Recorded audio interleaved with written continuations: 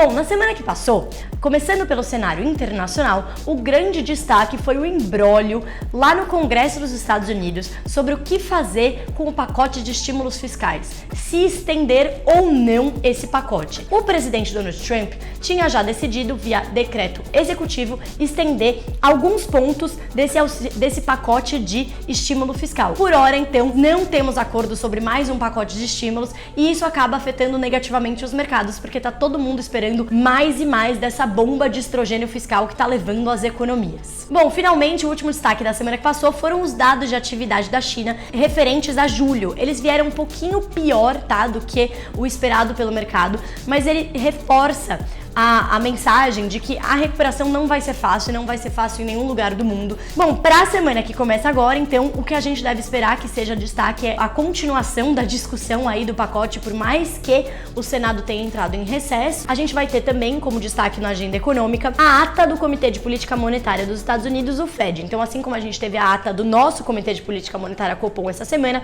a gente vai ter a ata do Fed, em que não se esperam também muitas surpresas, mas que o mercado sempre segue de olho. Falando então de cenário doméstico, né? O que foi notícia, o que mexeu no mercado e o que mudou na economia essa semana? Bom, no começo da semana a gente teve a ata do Copom, que é o nosso Comitê de Política Monetária.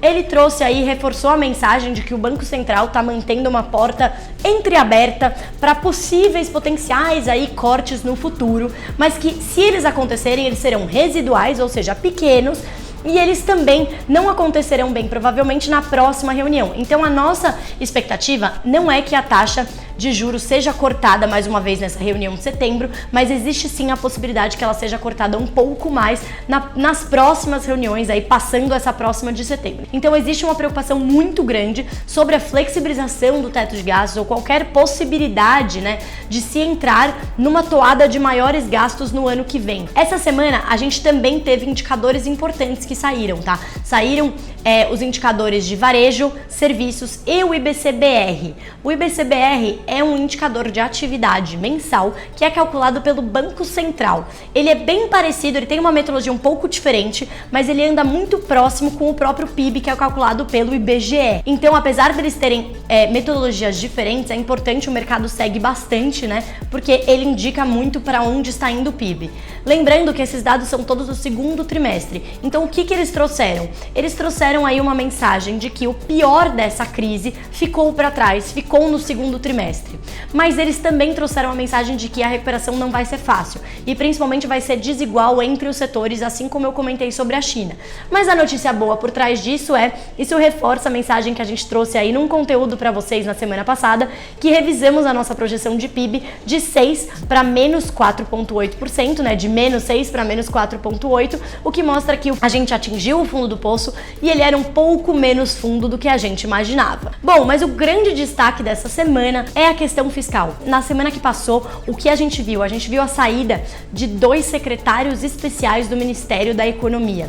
Apesar de eles não terem um trabalho totalmente, né, olhando aí para o fiscal e para as contas públicas, isso foi uma importante sinalização de que pode ser que a política, né, a pauta, a agenda política esteja se sobrepondo à agenda econômica. E todo esse debate vai continuar totalmente em foco, né, no foco nessa semana que começa agora, porque o governo, o executivo, tem até o final do mês de agosto para enviar o seu planejamento orçamentário para o ano que vem. E nele vai ter que estar contido exatamente aonde o governo vai ter os gastos, né? E o teto de gastos é basicamente a âncora que amarra tudo isso, né? Para quem não lembra, o teto de gastos foi estabelecido em 2016. Ele impõe, né, que os gastos do governo não possam crescer acima da inflação, né, de um ano para o outro, né?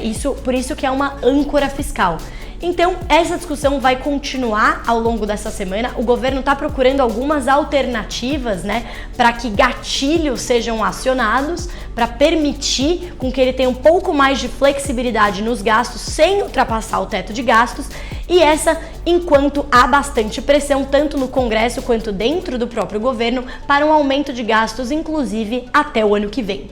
Isso com certeza impacta muitos mercados, a gente já viu aí, né, ao longo da semana passada, impactos na curva de juros, impactos no câmbio, então isso com certeza vai continuar sendo o foco da semana que vem, principalmente que a gente tem uma semana mais esvaziada em termos de indicadores aqui na agenda doméstica. É isso, gente, espero que vocês tenham gostado e aproveitado esse wrap da semana e eu vejo vocês na semana que vem.